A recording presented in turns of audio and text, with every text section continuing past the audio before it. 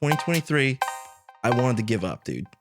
What do you think in that kind of situation? What would be like a pitfall or a trap a starting director would fall into? Mike was telling me the story about when, was it you who fell in the river with the... Oh, yeah. Or the lake? Play the clip, please. With the black magic. Ladies and gentlemen, welcome to Until You Make It. My name is Chris. Next to me, as always, Mr. Michael Yadvish. And our special guest today, Anthony Marinelli. Is that how I say it? Hey, Marinelli, you got it. I mean, I always want to say Marinetti, like Marinetti. People say marinara. They don't know how to say it. Oh, that's a good one. Huh, they don't know how to say it? Marinelli. Marinello. I like that. Marinello, yeah, they add different letters. They do that with my name, too. I don't know why, but yeah. Oh, how do you spell your name? Y-A-D-V-I-S-H. Oh, Yadvich? No, where are you getting this? More of like a Russian thing, yeah. I think it was Marinello originally, but my dad said somewhere along the line they changed it to Marinelli. Yeah. Yep. Yeah, it was too complicated. That was like trying to track my family history is now impossible. Yeah, I can't. Yeah, I used to be Smith. Oh. And then they changed it to Lundy. Yeah. They made it harder. But anyway, that's our names. Thanks for tuning in, everyone. Goodbye.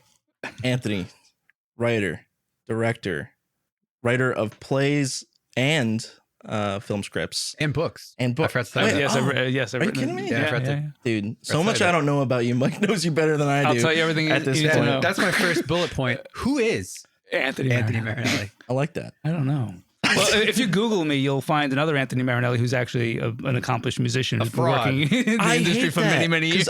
I Google my name as some famous painter, and I'm like, my life's work is to surpass that guy. Right. In painting? No, Oh. in everything else. Maybe that's why I'm not a musician. Maybe it's like a subconscious thing. I just stayed away from it Oh, you because don't I wanna knew be there was the another electric. Anthony Marinelli out there who was a musician, you know? What age do you think you learned that at? That there was another? I learned that when I saw the movie what was it? Gun? Not Top Gun. It was Young Guns. Young Guns with Young Guns. Kiefer Sutherland and the Brat Pack, basically. I remember Gotcha. sitting in the theater and then my name comes up on screen, music by Anthony Marinelli, big letters, and my wife's like, "Hey, Anthony, that's you." I'm like, "What?"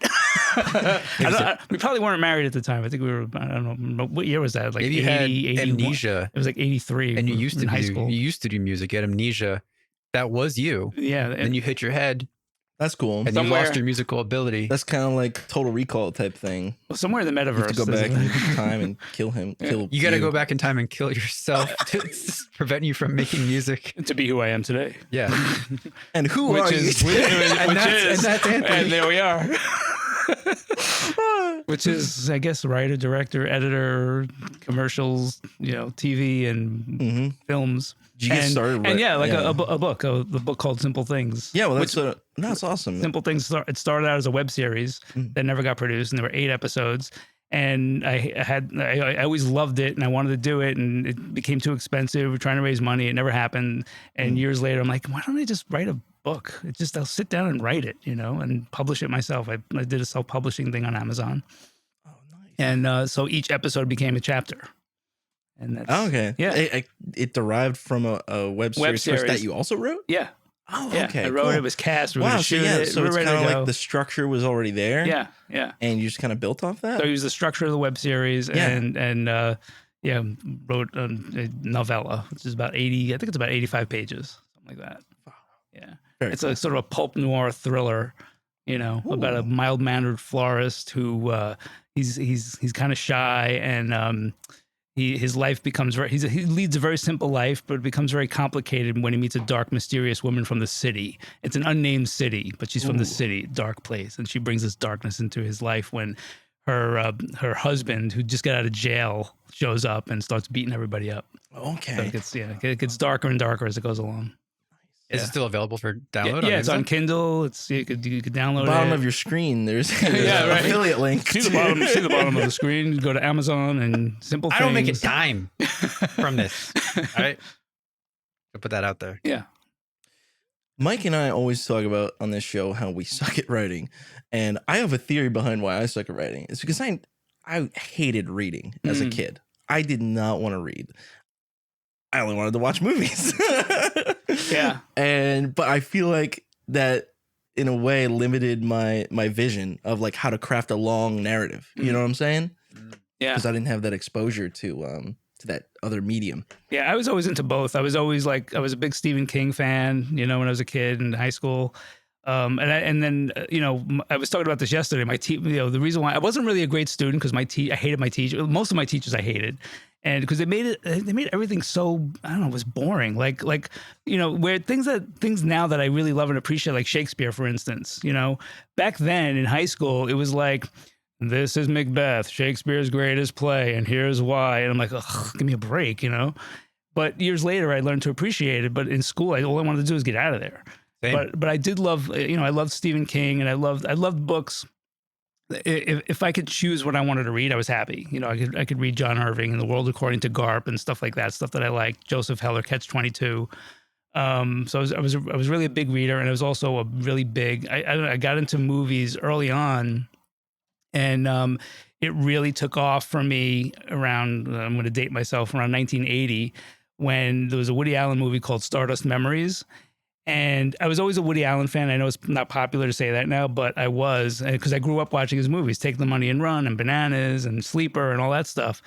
And then in 1980, I was about 14 years old. I went to see his film called Stardust Memories, black and white. And it was a comedy, but it was different. It was kind of out there. He was playing with, memory and dreams and, things that, not quite reality.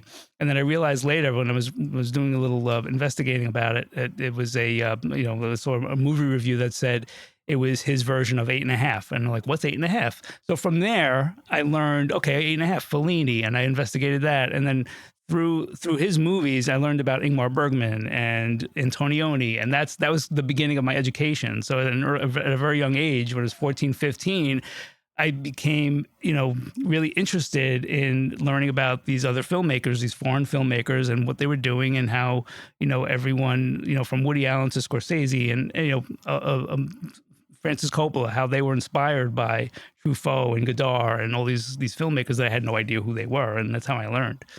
So, by 16, I was like, I'm making movies. This is what I want to do, Right. Yeah. Oh, that's awesome. That's one of my topics of discussion was like how you're such a cinephile and where you started.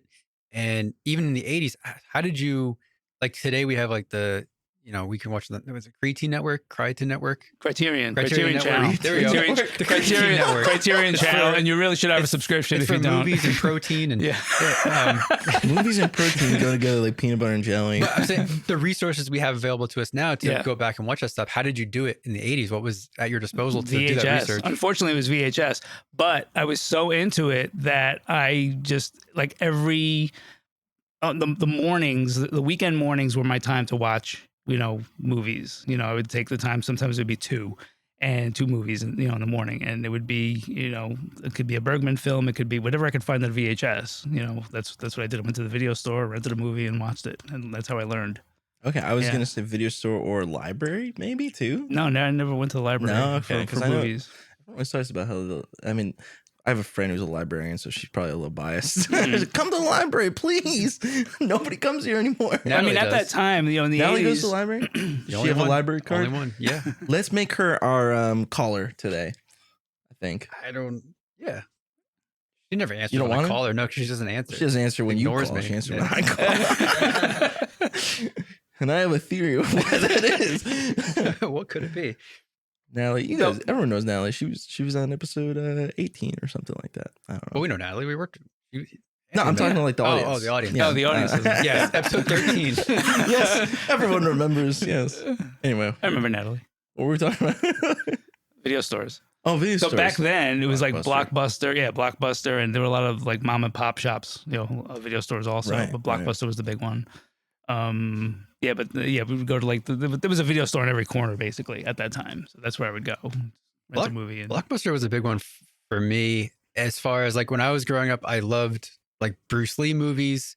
It was huge. But my parents got me Bruce Lee movies because I was really into karate and I was doing karate and martial arts and watched like I think I watched every single one of Bruce Lee's movies. I had them on VHS, but it wasn't until like going to Blockbuster randomly and on DVD was just looking in the martial arts section because they had a martial arts film action movie section. Mm-hmm. And I saw this movie. I didn't know anything about it because like before Google and stuff. So I had no idea what this movie was. It was Ong Bak, starring Tony Jaa. And it was one of Tony Jaa's like first movies. And rented it. It was blown away. He's a Muay Thai guy, and the style of martial arts and the style of action choreography in that movie stuck with me to the point where I did something similar to what you did. Started researching who's Tony Jaa, what's the style, who shot this, and then started finding other movies that were like that style, and then that stuck with me. And this was like I was like a teenager. That stuck with me all the way to now, into like the action movies and fight stuff that we do. Yeah. That philosophy, and that was like a really big like a piece of the foundation of like action choreography that wasn't shaky cam, that held like long takes, that had like the John Wick style almost. Yeah. I think you can go back to Tony Jaa, the Ong Bak and Ong Bak 2 and The Protector. He was doing it back then. Just amazing. So he influenced all these other filmmakers that came later. I feel like he did, because I had never seen anything like that before that. And then come to find out, like later on, like looking on YouTube and stuff, like people do love, like Tony Jaa ended up getting big. He did a movie with Mark Wahlberg. I think Mark Wahlberg. He kind of has fizzled out a little bit now. I guess he couldn't get that big in Hollywood. I don't know, but he had a few big movies. He's in The Expendables. I think he got cast in that as well. But yeah, as an action star. Yeah, But, it's funny how you find your passion. You know, you find something that you latch onto and that you want to know everything about it. Because that's how I was, and that's how I learned everything. It was like just wanting to know more and more and more and more.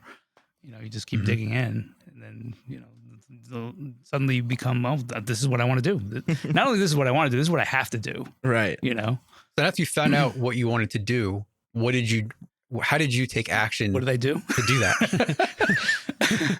So, I forgot about the part where I wanted to be a comic book artist, because when I was a kid, so I was always drawing. You know, I was always drawing and painting and doing all that kind of stuff, and I was really big into comic books, and that's what I decided. That's what I wanted to do up until I discovered filmmaking and movies, and then that's where the transition came. And really, it started with my parents, like finding my parents' like Super 8 camera. And I started making films with my friends. And this is like back in the day where you had like 3 minutes and you had to shoot in camera. You couldn't do any editing. It was like it had to be right every time, or you were fucked. You had to do it again. But that for me, that became that was really the beginning of that passion, and knowing that it can be done and I can do it. And then once I was graduating high school, I'd been dating my now wife she's coming up on 35 years of being married. Yeah. We met in high school, and so I graduated high school and I can't remember why I didn't want to go to college. I think part of it was I just wanted to start working as soon as I could so we can get married and start our lives. So, but I did want to do something with film, of course. So I found a school called Center for the Media Arts, which was in Manhattan. It was like 26th Street, I think, right near FIT, 28th Street. And they had a program for getting a certificate in TV production. So I said, okay, great. I want to be a filmmaker, but TV is where the money's at. So I'm going to do this. I'm going to get a certificate in TV production. I'm going to get a job in TV. I'm going to make money, get married, and then have my career. It's kind of what happened. Yeah. You know what I mean? Yeah. It's kind of weird. Good plan. But I knew exactly what I wanted to do. And so the school was like a 6-month or 8-month or 9, whatever it was, program. Right. And once I graduated, I decided to get into advertising, and I wanted to work in an ad agency that had a production facility so that I could get into the production facility and, start doing what I wanted to do. And it took a few years in a few different agencies. I started in the mailroom. I was there for about 9 months or so. Then somebody hooked me up with another agency that was looking for like a secretary or, receptionist. And I did that for a while. You're really working the ladder. I did it all. So I did that. And then in that agency, I went from secretary to, I was working in the media research department. So I learned pretty much every aspect of the ad world. Because then I worked in another agency in the creative department. And I met a lot of really great creative people. And then from there, I went to DDB, DDB Needham, which if you've ever seen Mad Men, you've heard that name before. A while ago, yeah. So it was Doyle Dane Bernbach was one of the biggest agencies in the world. So once I landed there, they had a full, like all these other agencies didn't really have the production facility that I needed to get my career going, but DDB had it. But they didn't have a position open for me. So I started working again as a secretary in the production department where I was working with producers, getting coffee and doing, putting together, stuff for casting sessions and all that kind of stuff. And then maybe 6 months later, a position became available in the AV department. And that's where things really got started because I was editing. I was doing reels. I was editing. They called them Rip-O-Matics at the time. We put together a demo commercial, to present. And that's where I grew up basically. And that's where I learned everything that took me, the rest of my career. I met, the people that I met there, the producers, the creatives, they became friends, colleagues, clients, and they really got me started on my career. So that's I started editing commercials there. Yeah, and that's wow. And what year was all that taking place? So by 1994, hold on, I was 20 something years old. I was doing I edited my first commercial in 1994. Yeah. I wanted to mention too, we had on the podcast Evan Schiff, thanks to Ryan had a connection, editor of the first and second John Wick movies, and he had this and third. What? What? Oh well, we'll have to fact check. Go ahead, Ryan, fact check that. And he had this great story about doing Rip-O-Matics with Edgar Wright. Oh, really? For Baby Driver, and that's how we learned what a Rip-O-Matic was. Yeah. And it was kind of an older style thing where they were actually taking like physical DVDs of stuff and like actually ripping them, as opposed to getting. Oh, okay. So we were all wrong. We were all. Well, you were wrong. I said 2 and 3. Okay, well, we don't need to like. First one was a different it's not guy. really the point of the story. But the thing with the Rip-O-Matic, it was like we'd find whatever you'd be ripping from whatever. It could be from a director's reel, it could be from a movie, right. And you'd find whatever you needed to do to convey the story that was in the storyboard that would give the client something more tangible to respond to. Yeah, and we've kind of taken that in our own direction too with Mike's famous Funko Pop videos that he does. To get the idea across to people who don't have as hard to communicate in words an actual shot, right. And that's exactly what that gets across. I'm not good with words. Therefore, I use Funko Pops. It's a visual medium. Yeah, well, I mean, like you, I'm not, writing stuff down. I talk very visual. So like a visual, and then if I have an idea or want to explain something, I talk it out. But I also can't draw, so I have a hard time. How do if I'm not great at writing, but I want to communicate the idea, but I also can't draw, Funko Pops. Well, we talk about this all the time about how, usually we're on the same page when it comes to imagining a shot or an idea for a sequence. And that's why, what was the software that we used? Frameforge, whatever it was. Yeah. Storyboard software came in so clutch for us when we were doing Exodus because we were able to nail down exactly what was in both of our heads and lay it out. And I remember us saying on like the first or second episode when we started the podcast of like storyboards, do you really need them? And it's like we only did short form stuff back then. We only did little 5-minute things back then, and it's like. It's just impossible to do anything longer than that without solidifying a vision across the narrative and communicating that to like we were only working with ourselves back then. So that's kind of how we were like, you don't really need it. But now that there's more people involved, everyone's got to be on the same page. No, you're right. It helps you solidify your vision. It also helps you communicate the vision. Yeah, it's so important. It saves so much time too. Yeah. Because we were wasting time. When we don't have wasting it, it's a waste of money. Yeah, I couldn't imagine not. I couldn't imagine not having a storyboard. Yeah. I mean, I don't. What is it? Film Forge? It's called. Frame Forge. story It's a something. I'm gonna try it. 3D, I'm gonna try 3D it. software. Because I draw everything. I Yeah. draw my storyboards. It was easy. see my I storyboard. wish Yeah, I no, could. It depends, I guess, what you're faster at. Yeah. Yeah. Always been a computer person, so I can zoom around.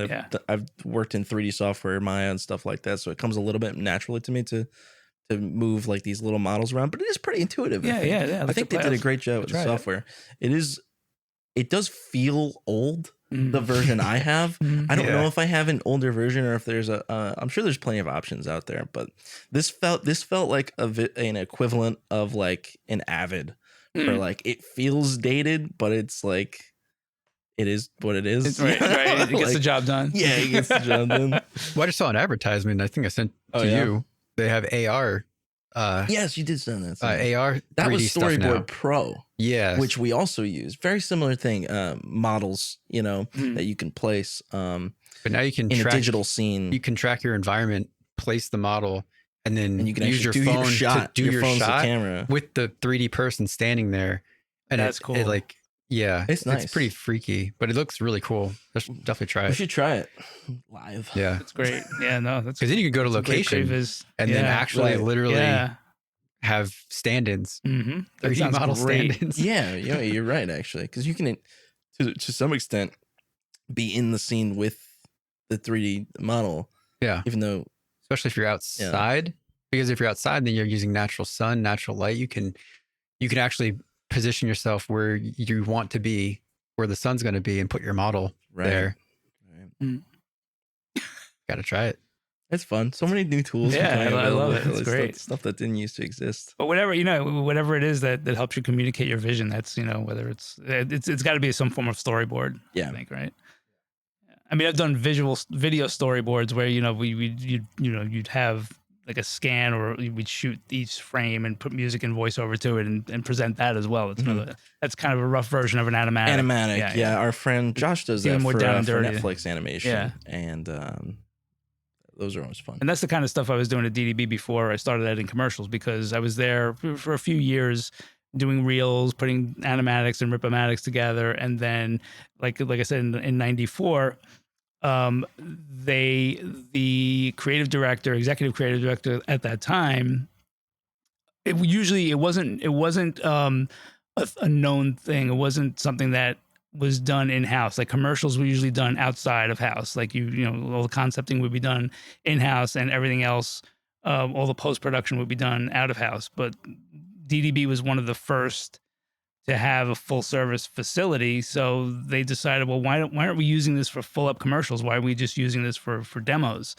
And it was great. It was like the greatest thing that could happen, because we did something that maybe started out as a demo and then was bought as a spot, and then that started off doing commercials in-house, which wasn't really a thing at the time.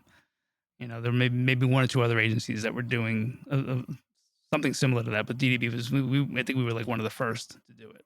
Yeah, I was doing stuff for New York Lottery. I would go in and I was shooting and editing for New York Lottery. Oh wow! Basically, yeah.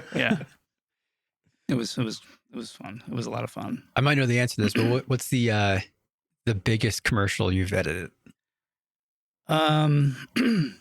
I don't know. I mean, one of the biggest was the one I did for the Super Bowl in 2005 with the Marvel superheroes. Did I show you that one? Kidding. No, I don't know this. So it was for Visa, and the idea was, and it was like, for me, it was a dream come true. It was like everything came full circle. It was like my love of comic books. Yeah, I was just thinking here that it 'cause you is. mentioned When that, I saw yeah. the storyboard, I was like, wait, I get to cut this? Are you kidding me? That's It was so cool. the greatest thing ever. What are the chances that we could find it on the interwebs? You could find it. It's on my website, anthonymarinelli.net. There's a link at the bottom. Click the link. I don't get paid a dime. I'm going to make that very clear to you today. I don't get paid a thing. Click the link. It's on. Yeah, it's on. You could find it on the interwebs It's in for sure. Times New Roman font, blinking like an old But commercial. that was one of the biggest that I've done, I think. But there've been a few over the years. I've done stuff for Mercedes and there've been. But that was big in terms of like it was great, because at that time it was the Super Bowl spot, so it was a time constraint on it, but it felt like it was one of those things where it felt like you could do anything. Like, hey, we need lightning coming out of Storm's eyes, and Thor needs to come out of the ground, and bricks need to be flying everywhere. And it was Captain America actually who came out of the ground. I think Thor had the lightning and thunder all around him. But it was like you could do anything, and it was so cool to be in that kind of situation. It was like, oh, I'd love to be able to do this. We can. Okay, that's great. That's awesome. Because it was for the Super Bowl, so no one was going to say no. So that was pretty cool to be involved in that. Ryan did content for the Super Bowl. Yeah. I'm trying to hype you up, man. Come on. You gotta play into it. You gotta play into it. I had another Super Bowl spot a few years later, or maybe it was a year later. It might have been a year. It's been 2 years later, maybe. Where this is it's still kind of a sore spot with my wife, because my youngest son, Justin, it was 2006. Justin was born on a Wednesday. My wife came home from the hospital on Saturday. On Monday, I was on a flight to Argentina because I was doing a Super Bowl spot. I had to be on set. No kidding. I had to be on set in Argentina. It was like a 6-day shoot in Argentina, and they wanted me to edit on set. So I was doing that, putting it together as I was shooting it, because it was, again, a very tight turnaround. So then we came back and we were just working around the clock until it was done. So basically, the first month of Justin's life was like, I wasn't there. Blank spot in history. He's okay now though, but I'm glad that he's doing well. He's doing all right. Without a father figure for the first month, he didn't need me, really. The trajectory that he's on now, I feel like you would appreciate. He's it. on that, I have to remind him that I wasn't there for the first month. He's on track to be a really incredible filmmaker. He's Mike doing was great. telling me, is this he just got into film school, or? He's going to SVA in the fall. Wow. Yeah, he's going to SVA, and he's in right now. He's in the Howell High School FPAC program. It's called the MVP program, which is music, video, and production. Nice. And he's been doing film for the past 4 years of his high school career, and he is really I think he's probably more accomplished than a lot of students coming out of college. He's going into college with so much experience. It's really what were these? Mike was telling me that some kind of accolades. There's this film competitions or things like that. Yeah, he just keeps winning awards. He won the Bay C Breakthrough Award for Best Film. A couple of awards for Best Short that he did last year. A film called The Rain Song, which it was a music video project that he did for class, and he used Led Zeppelin's song, The Rain Song. Mm-hmm. And the whole thing was, it was set to premiere at the All American High School Film Festival, but they couldn't show it without the rights. Yeah. So how's that going to happen? You know what I mean? Everyone was telling him, you're not going to get the rights to that. No way. So his teacher said, you better come up with an alternate. Everyone that even I contacted, do you know anybody who knows anybody who can help? Yeah. Just come up with an alternative. So he was distraught because that was his vision, and he didn't want to compromise it. And I understand that. I don't blame him. So it was getting down to the wire where he had to have the film, submitted. They kept extending the date for him to submit it because they knew that he was trying to get the rights. So I contacted, my son Nicholas is a musician, and he's a very accomplished musician as well. He also does licensing, and he's into publishing and all that kind of stuff. He managed to find someone with Warner Chappell Music, a connection to Warner Chappell Music, who had the license, who held the license to the song, to The Rain Song. No way. And we got in touch with him, and he was kind of giving us the runaround. I don't know if I should be saying this, but I'm saying it. He wasn't really responding to us. So then I contacted, through the word out to everyone I know in the music, in advertising music that I know in the commercial world. And I finally got into contact with someone else from Warner Chappell, who was like the head of the department for sync licensing. And he was the one who really championed it and got it. He loved the video. He really wanted to see this, through. So he got in touch with, all the right people. And maybe 5 days before the due date, got the rights. Justin found out that he got the rights Oh to use the my song. goodness. Yeah. So, Isn't that crazy? Yeah, got the rights That is from wild, Warner Chappell dude. with well wishes from Jimmy Page and Robert Plant, like an email wishing him well. So they had The seen hell, it. dude? Yeah. Insane. And this was like this does not happen. This is unheard of, But Oh, of course. I just, oh my God. we were all Wait, sort of. they're the ones that are famously hard to get. Yes. Because you always hear the thing about Jack Black from School of Rock Yeah. begging them to be able to use the other song that they used for that movie. Yeah. So that's even more funny. That Yeah. It was like, it's just to get the blessing. Everybody just wanted to see this happen. We spoke to the right people who were as passionate about it as he was and we were. And, it's almost like nobody wanted to let him down. You know what I mean? It was great. Oh, that's so cool. So I'm like, well, it's a good lesson in persistence and never to give up because persistence. Yeah. How many times you hear that? Yeah. Man? Yeah.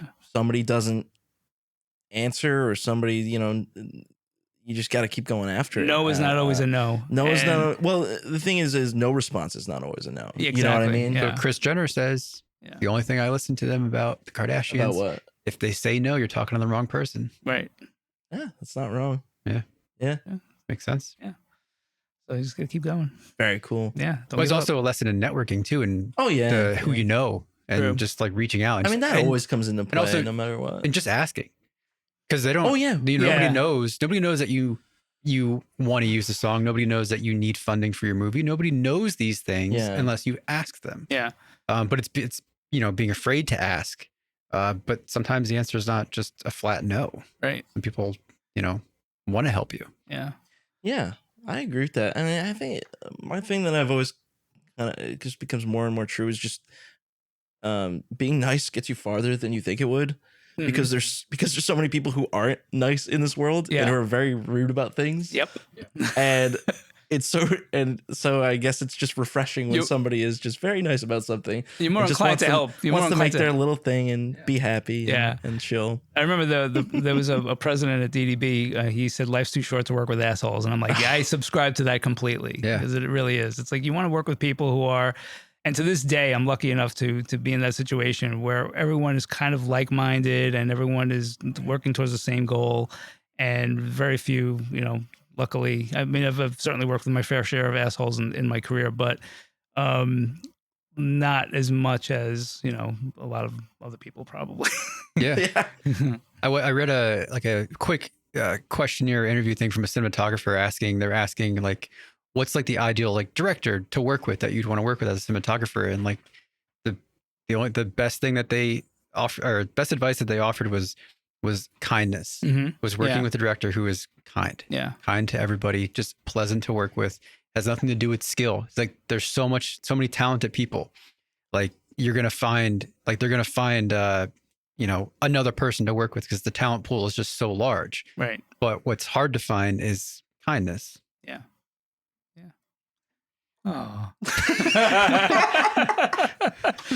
No, it's We're good. gonna end the show all holding it hands. goes- That's cool. It goes a long way. It's like you can have the authority, you could be firm, you can you're gonna get things done if you're directing, with your crew and everything, but be respectful and be kind. Even like to your actors, like always be kind to them because the actors are fragile human beings, as we all know. Mhm. So we have to be kind to them, and it's it just goes a long way. Really.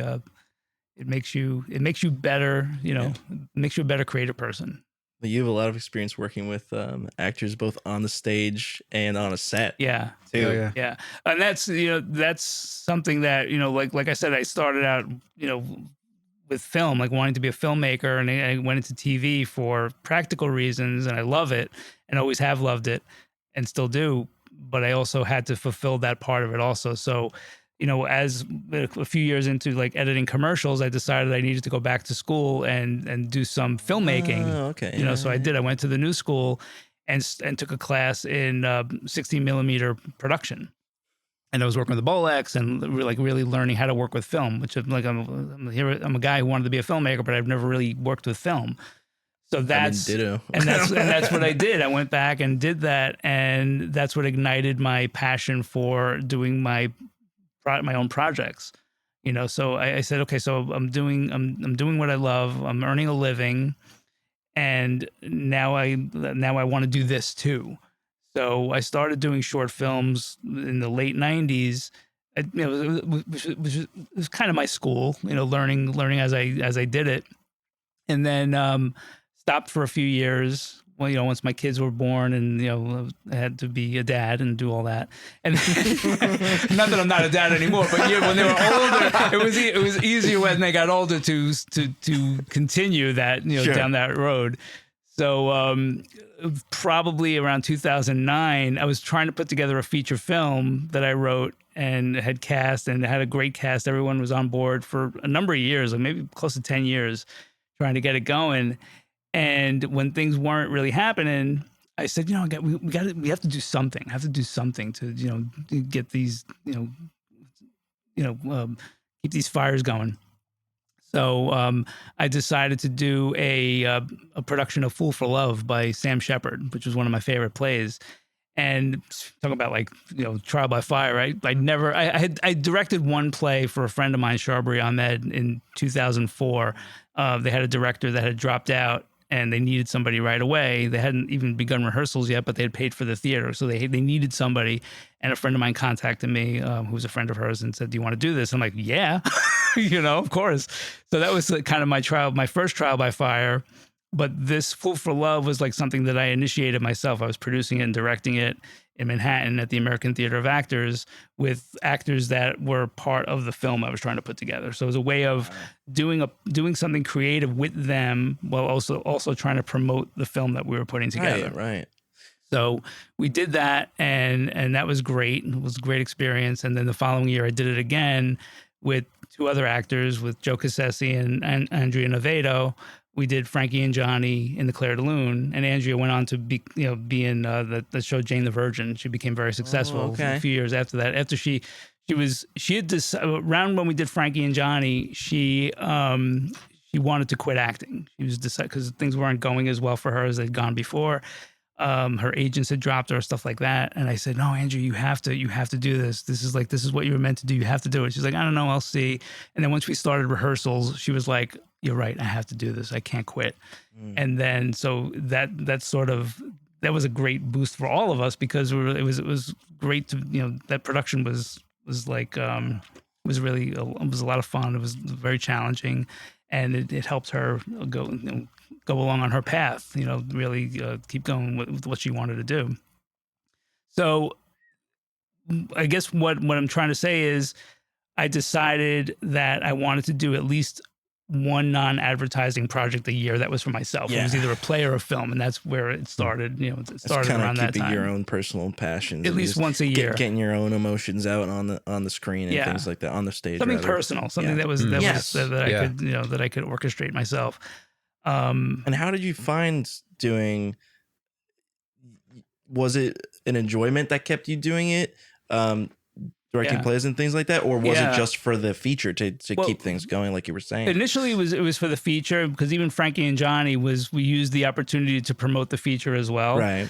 But it was really, I fell in love. But the experience was good. I always loved theater. Like I loved it. Okay. Like I saw Fool for Love. I saw that play when I was 17 or 18 years old. So back then I was like, "Oh my God, this is what I have to do." It was like another one of those moments where it was like, it was just an epiphany. This is what I have to do. So to do that, to actually to direct that play was like just one of the greatest things ever. Oh, cool, man.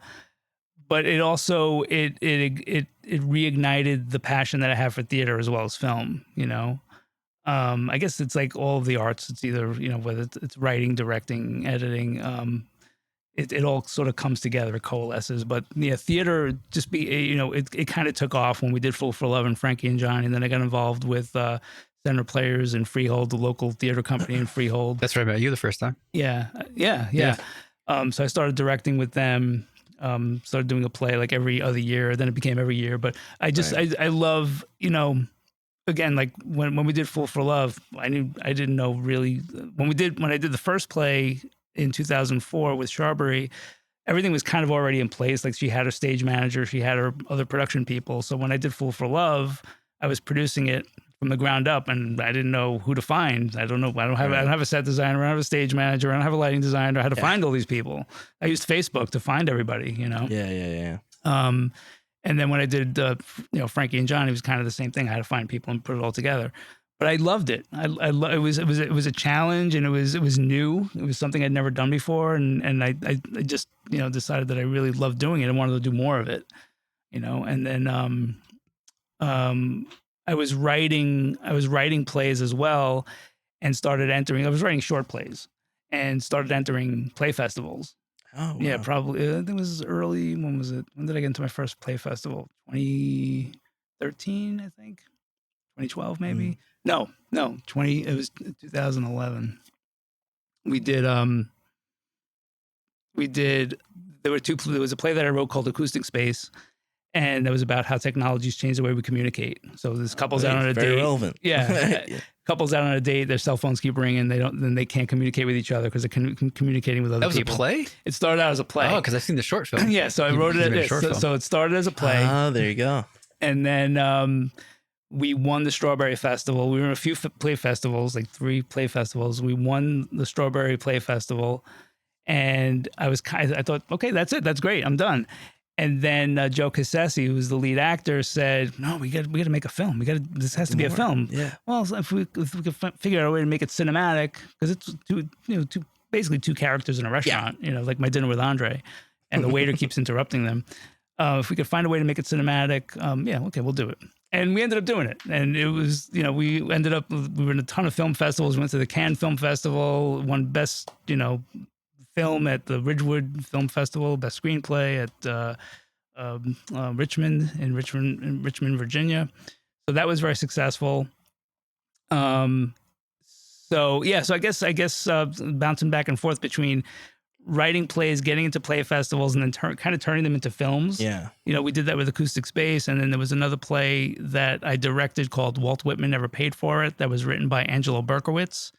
It was part of the Chelsea Repertory one-act play series. And then somewhere during rehearsals for that play, I made a comment like, "Oh, if I was shooting this as a film, I would do it in black and white and make it really gritty." And all the actors were like, "We're gonna make a film?" I was like, "Well, if I could raise some money." Yeah. And we did. We raised a little money. We made the film, and that ran the festival circuit also. So that did pretty well also. So they kind of like film and theater. It also sort of started meshing. I love the together. connection of how one thing to the next, one thing to the next. You know, it's looking back on it is funny, of like the roadmap of where you go. Yeah, film to film, script to script, idea to idea. Mm-hmm. Just following what you want to do. Yeah, sorry, no. I was gonna bring up, because we were talking about film. I just recently saw the other day. I never actually met the guy, but he did a music video for one of my friends. The guy's name is Matt Bastos. You remember this guy? I forget. I wanted to have him on the show a while ago, but inadvertently I saw a promotion for a film that was at Cannes called Gazer, and I saw an article about it. And sure enough, I go on the article and I read Matt Bastos. I was like, I know that I edited that guy's footage at once, and just went to Cannes, won a ton of awards, and he had a post on Instagram that was exactly what we were just talking about. He wrote a long post that said, 2023, I wanted to give up, dude.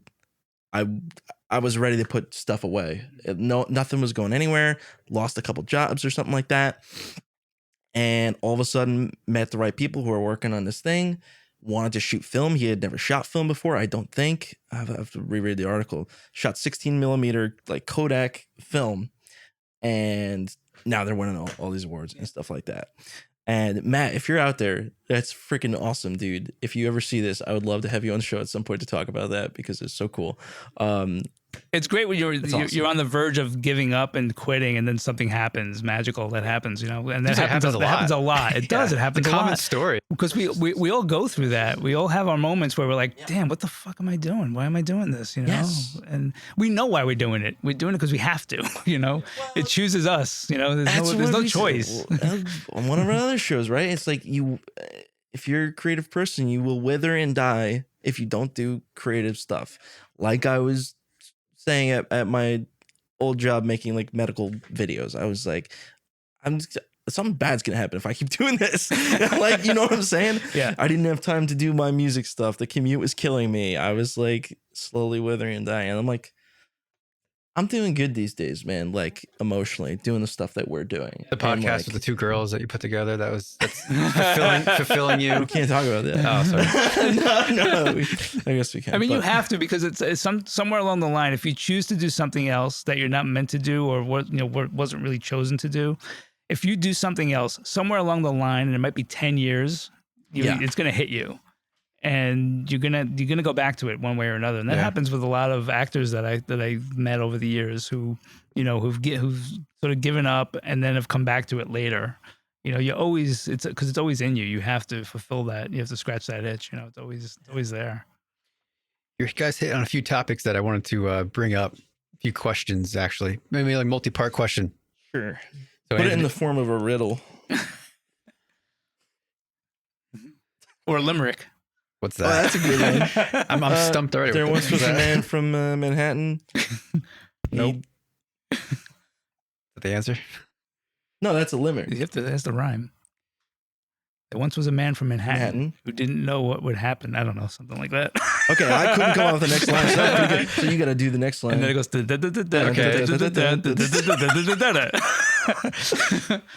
in the blank. He's not feeling it. He's not. I'm trying to. That's too much. That's a lot of thinking. He's ignoring us.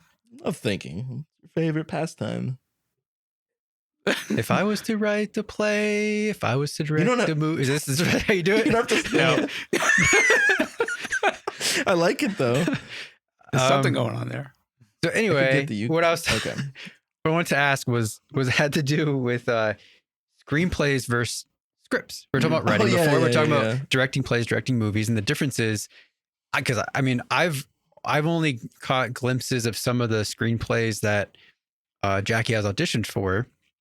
I forget the name of the last play that you directed that we went to go see. Dancing Mad. Mm-hmm. So I looked at the script and read the script because I was, helping her do, reading through the audition and stuff. And it's just the differences of a screenplay and a script, especially when it comes down to directing, because you not only do you write them, but you also direct them as well. So I don't know, help me understand, because screenplays, as far as I'm concerned, I don't know if it's all the screenplays, but they don't have stage direction. They don't have action direction on them. And then scripts will. And then it's like, wow, so you have freedom to do whatever you want? Or how do you interpret that? How do you think about what's your process of when you're dissecting a script versus dissecting a screenplay? So when you say script, you mean play? Yeah. So, no, a script, I mean movie. Screenplay, script I mean play. A play. Oh, okay. So script is for film, and screenplay. Those are my terms. I don't know if that's correct. A play script is what you mean. Play script. Okay. Yeah. Okay. Oh yeah. Wait. Screenplay would be just screenplay is a film. Yeah. All right. No, so, I'm not. I don't know. No, I'm just like the difference between a screenplay and a play script is the screenplay is more of a blueprint that has everything pretty much mapped out for the most part. Besides camera angles and all that kind of stuff. Nobody wants that.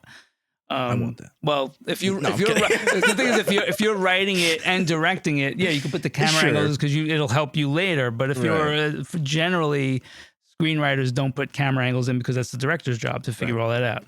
But with a play, there are some plays. Like I just read Iceman Cometh by Eugene O'Neill, and everything is prescribed. Like he listed every movement, like where they're sitting, stage right, stage left, everything is prescribed. In most plays, especially modern plays, all of that's not in there. Well, in Shakespeare, it's not in there at all. There are no stage directions in Shakespeare, very little besides exit and enter,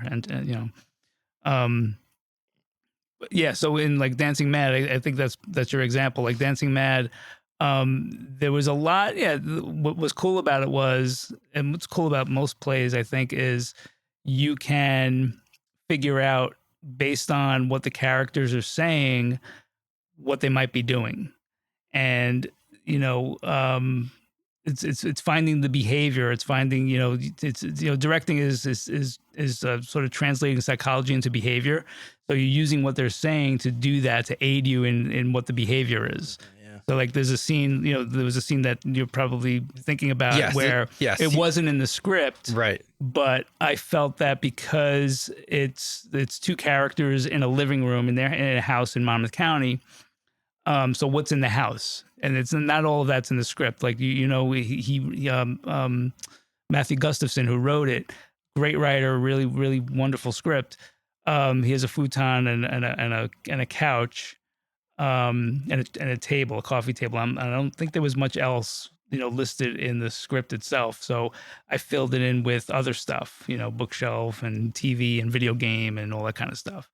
And then, so you can't just have a TV and a video game. Somebody should play it. So there's a scene where the character walks in and he's been gone for 7 days and hasn't told anybody where he's gone. So he's trying to avoid the confrontation that's going to come with, his roommate, who's a woman that, they've had a flirtation. They like each other.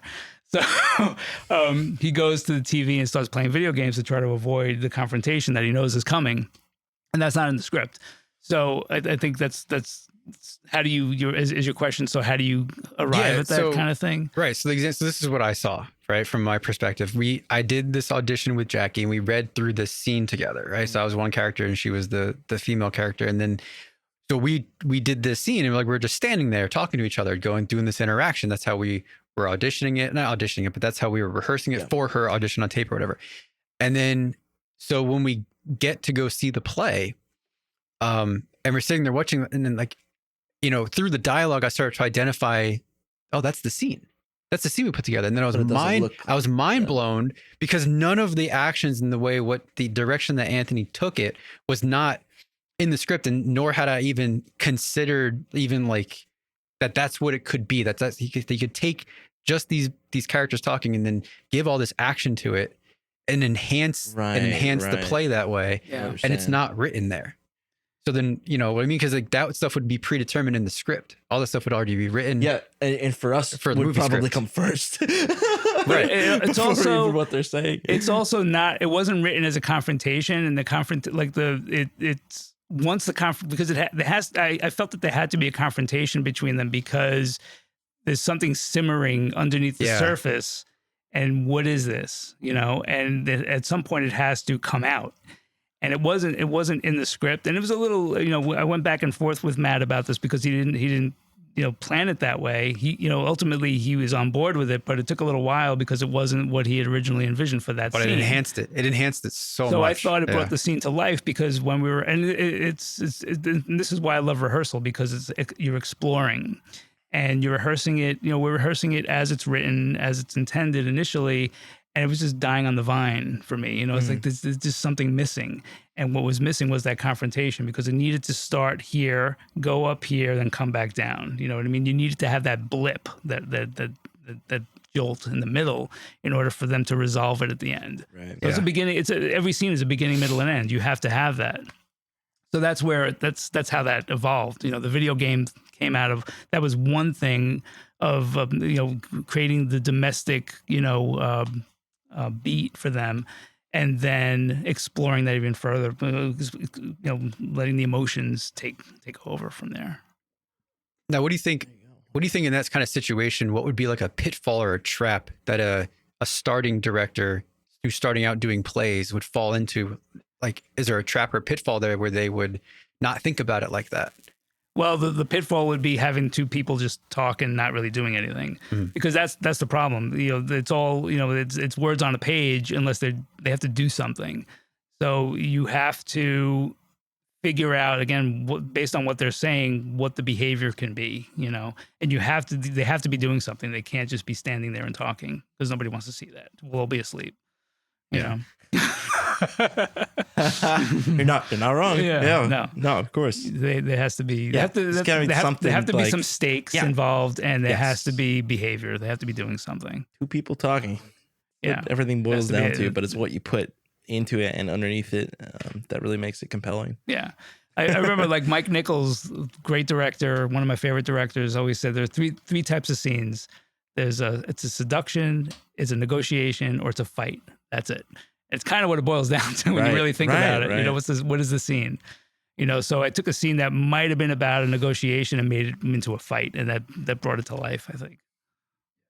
And sometimes, you take those chances and, it makes it more exciting. It makes it more engaging and exciting for the audience, but it's also truthful for the characters. I didn't feel like I went off track in terms of their relationship and their history, because these are two people who are, the story is about a guy who's working through the loss of a loved one he was engaged to, but he's living with two friends, a woman and another guy, but he and this woman Tiff have always had this attraction to each other. They just never acted on it. So there's a sexual tension that's there already, so there's a lot of there's a lot of subtext there that I was just trying to bring out in small moments. And I think there's a rule like that too for cinematography that we kind of was like our little inside joke when doing Exodus. The rule was always interesting is better than boring. Yeah, in terms like pretty much always. Just as like for framing, composition, cinematography stuff, it was like got to give them something to latch onto to peak. Yeah, and to keep the interest going for 30-40 minutes. Yeah, and make bold choices. Yeah. Yeah, that's definitely. Try it, man. I have a video. I want to segue into. Did you want to take a break? Is everybody okay? Sure. We're gonna take a short little break. Get some coffee, water, refill. Ryan, how you doing over there? You look at his little smile. Chime in. Say something. Oh, That was good. That was good. Muted. Insightful. I sound good. Yeah, you sent you. Oh, actually, wait. I can actually. Yeah. I made it work. We got the. Like, we can't hear James. Oh, James produces. I changed the whole setup so that we can now hear whoever's at the computer. Ryan, I'm sorry, I didn't introduce you at the beginning of the show. I forgot. I'm sorry. Ryan's producing today, everyone. He's doing a very good job, and he's making sure that we look very pretty, and then nothing falls apart. James does usually read the comments. the only comment is James. Oh, how fitting. Oh, how fitting. James, we love you. We miss you. Ryan's guest producer today. Is that how James found out that he's fired? He's not fired. No, he's not fired. Not fired, James. Lovely day to have a podcast. Oh, Jimmy. All right. Well, I actually am going to grab some coffee, so we're going to take a short little break here. No, you don't have to pause anything. You can We'll keep be going. right back after these messages.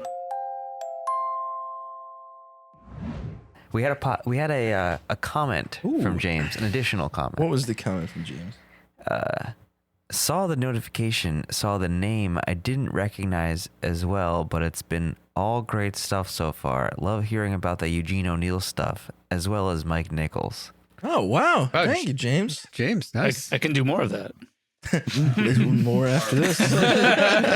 A great comment from our former producer. Whoa. Dude, be careful. He's listening. Nah, he's our I'm a guest. He's LA based guest star producer. And you were. Oh wait, we have to hear about the results of your driving test. I told people we would tell them. Oh right, I do have my California driver's license. Yay! Now. Whoa. Congratulations. Yeah, Good job, I Ryan. called in. What did you get on the test? I don't know. I passed though. Okay, but I was concerned that I did. Doesn't- I was worried I was not going to pass because it was a online test at the DMV. Like, and I had to go through all the questions, like standing in a little corner of the room. Oh, jeez. And you get a few passes, but I thought you could use those as skips. Apparently, they keep bringing them back, the same questions. So there was some questions I was like, I have no idea, and just did just the best educated guess possible. But I kept getting questions wrong. I'm like, am I gonna have to retake this test? I would have had, I think, 3 tries, but there was a guy right behind me that apparently missed all 3 chances, and he's like, well, what do I do now? They're like, you have to reapply in 4 weeks. You cannot. Oh my God. Wow. You can't do it again. You just failed 3 times. You're out. So They I was get looking security at to take at them least out. I'm only on attempt number 1. So yeah, it was pretty. They rough you up if you. Yeah, I was a little worried, Yeah. but it was fine. I got it, and now I'm licensed in 2 states. Wow. They did punch my New Jersey license. They did punch me though. They still hit me. Is that what they do now? Is that how they initiate you? Yeah, they initiate me. Welcome to California. First of many. I have a hole in my jersey. I had a hole in my jersey license, but then we had just like auto renewed my jersey license, and then my dad got it in the mail here. So now I just have 2 licenses. So anytime I'm driving here, I just use that one. You could drive anywhere. Yeah. Great. I'd rather use my jersey license when I Yeah, get pulled California over license here. gets you anywhere in the world you could drive with Yeah. that. Yeah. That's So- why the test is so hard. So yeah, back to LA. That's a cool fact that's fake, but that could be cool. That's a cool fact. Yeah. At the bottom of your screen, there's a fake Cool fact. fact that's fake. Fake facts. Fakefacts.com. That's our new segment. Fake facts. Thanks, Fakefacts.com. James. Yes, Right. congrats. Hey, anyway. Well, What are we're we- back. Set this clip up, Mike. All right, this clip that I brought to you today Brought to you by Wheaties. from this. I don't get a dime. Again, No, we I'll get a have 2 dime from sponsors: Wheaties. Voss Water and Blue Monster glue. PVC pipe glue. Oh. Yeah. We all need that. Blue Monster PVC pipe glue. You got pipes, we got glue. We can put them together. The clip, setting up this clip, it has to do with making short films versus making feature films, Okay. and why to do either. All right, let's hear what this What guy should you had to do? say. Micah Haley. Professionals watch a lot of short films. Whereas on the other hand, we will watch very low budget features. Why Because professionals? feature films, even very low budget ones, are professional products. If I find a movie that you spent $500 making that is great, that's feature length, I can take it and sell it and help you start your career and help you get your next movie made. Because the professional skill is telling a compelling emotional story at a feature length. That is the skill that we're looking for. Anyone can take a basketball and spin it on their finger for 10 seconds, 15 seconds. But if you can spin a Yeah, me basketball either. on your finger for 15 minutes, Wait, did he say 20 minutes? anyone? Yeah, that's not what true at Harlem all. Globetrotters do. You're professional now. So the length really matters. You Anyway. need to be able to Globetrotters? sustain the magic show for 90 minutes. It's not enough to just be able to do 2 card tricks. And yes, a feature-length film is a professional product. It's something that's bought and sold. That is how we get the money to make movies of that length. There's no artistic value in trying to remain ignorant of that fact. If you can write one song, that's cool, but the professional skill is writing an album. It's composing a symphony. It's not doing one tiny little thing and then pretending that it's on the level of what professionals do. And by the way, film professionals do watch short films, myself included. I watch them, but I don't watch 30-minute short films. That's not short. That's an episode of television. Our time is better spent reading screenplays and watching feature-length, low-budget movies.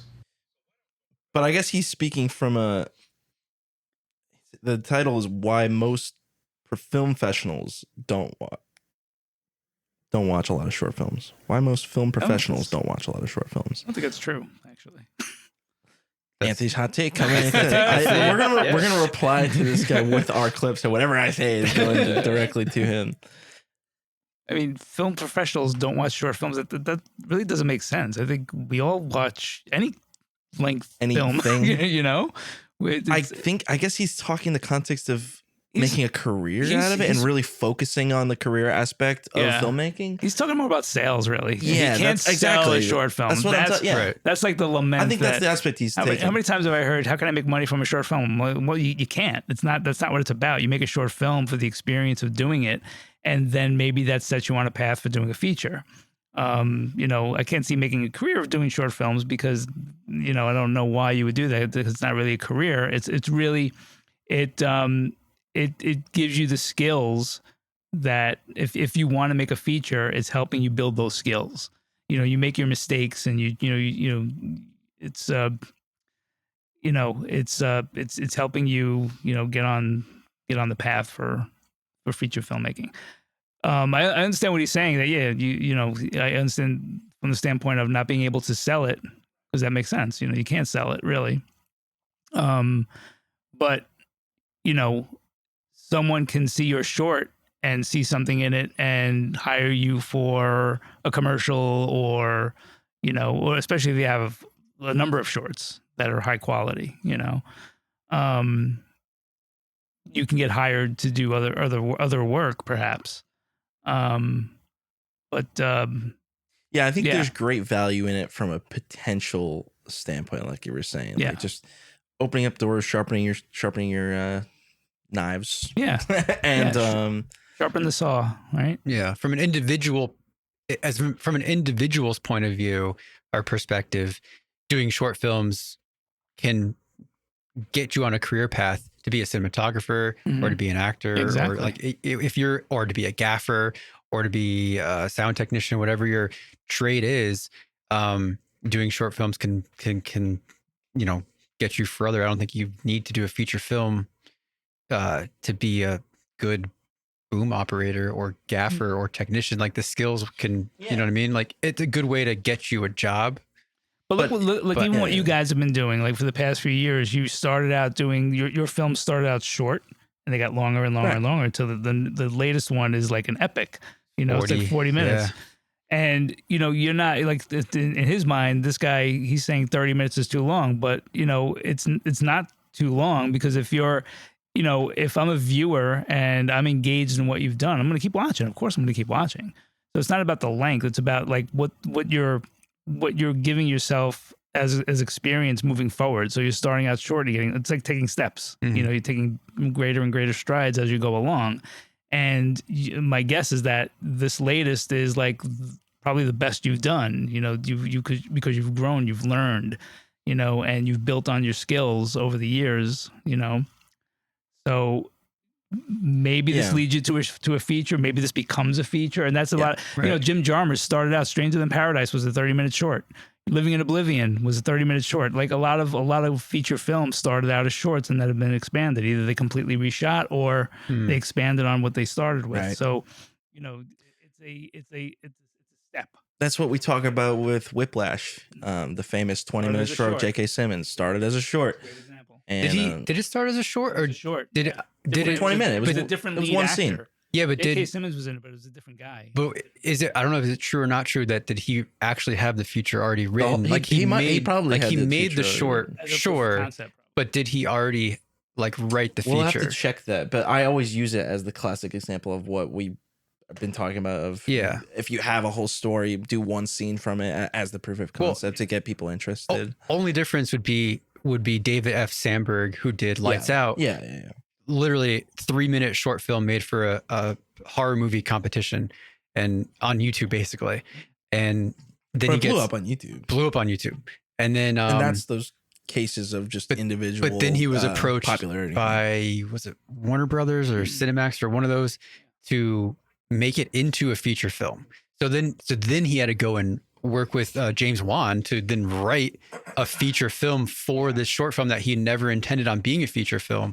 And that's what started his career. And he ended up doing Shazam and Annabelle Creation and stuff. But that's the only thing like difference wise. Like he did a short film that then he was approached to turn it into a feature film where I'm not sure if Damien Chazelle I don't know had already written a feature film and was like, well, I need to get this made. Let me make a proof of concept. I know he had done a different film prior that I actually haven't seen. Whiplash That was a similar short. to music. Whiplash started as a short. Like purely in writing as well. In writing, In production, he created it. It was fully fledged a short film, and then it did so well as a short film that it became a full feature length film. Okay. Yeah. Oh, cool. And that kind of started his career. Yeah, I know. Yeah, it's crazy. And Ryan got into a discussion with him at TCNJ about projection. That was pretty Oh, funny. really? Do you want to tell us? His mom was a teacher at TCNJ. Very Yeah, funny. she's Oh, a yeah? professor. So he this is before La La Land, but after Whiplash. So he came back to TCNJ, or I didn't come back. He visited TCNJ and say hi to mom, and then also he did a screening of Whiplash in the comm department. And I didn't even know it was happening because we're not really in the comm department, and we kind of were sent over there last minute to get some photos of him because we were working in the marketing department at the time. So I run over with the camera, get a few shots, and then he's trying to set up the screening of Whiplash, and they just got this like brand new, they call it state-of-the-art projection theater, and for whatever reason the projector had like frame interpolation on, so anything 24 was looking like 60, and he was doing his preview and he's like, I don't know what's going on. It looks super smooth and it's wrong. Like, I cannot have this. And the technical director How there far was going? had no We can't idea what he figure was it out. talking about. Wow. And they were like trying to mess with the settings on like the Blu-ray player and all this stuff. I'm like, this is a display issue, not a player issue. You need to adjust the settings on the projector. And I'm like, and I said to Damien, I was like, oh dude, I hate smooth motion on TV. He's like, why is it? He's like, I know, right? Like, I turn it off on every single TV. So we bonded over Talk the to fact Damien that Chazelle about smooth motion. about how like, 24 FPS should be 24 FPS. I still don't understand people why don't. TVs are set up that Funny, man. way. I go to somebody's house and they have that setting on their TV, and I just want to I want to just take the Oh, remote and everybody. just change it for them. Anybody who does what we do, yeah, it's like I think half the pain that Hell you doing, we're man? like, you know, in agreement on was that people don't realize that That's- it's on and they that's don't, they don't see scary. the difference. No, And of it's like, course. it's such a difference. Like, it just is weird. Yeah, you don't see it. But yeah, that's my one claim to fame with Damien Chazelle. it's so funny. You get you do this work for so long. You legitimately can tell the difference between 24, 30, 60. Like, you just know what it is because you see it so much. Yeah. You're just used to seeing it. I It's like our little superpower. I was gonna ask one more thing to close out that video that we watched. Do you think there's any merit in? Because it got me thinking. It was interesting. It's like, oh, I don't know if it's true or not. It just hadn't got me thinking. Is there any merit to what he's saying when it comes to keeping the length of a feature film being 90 minutes, being able to make a really compelling 5-minute short film versus make a really compelling 90-minute short film or feature film, and that being the real professional skill that makes you a professional? Is there any merit to, like, I'm sure that's, I mean, they're both difficult in their own ways. Right. But basically, yeah. it doesn't make you less professional because you're doing a short as opposed to a feature. Right. You know, you're choosing the short as a medium for a reason, and it's to hone your skills. It's to, you know, maybe experiment and something that you can't do in a feature.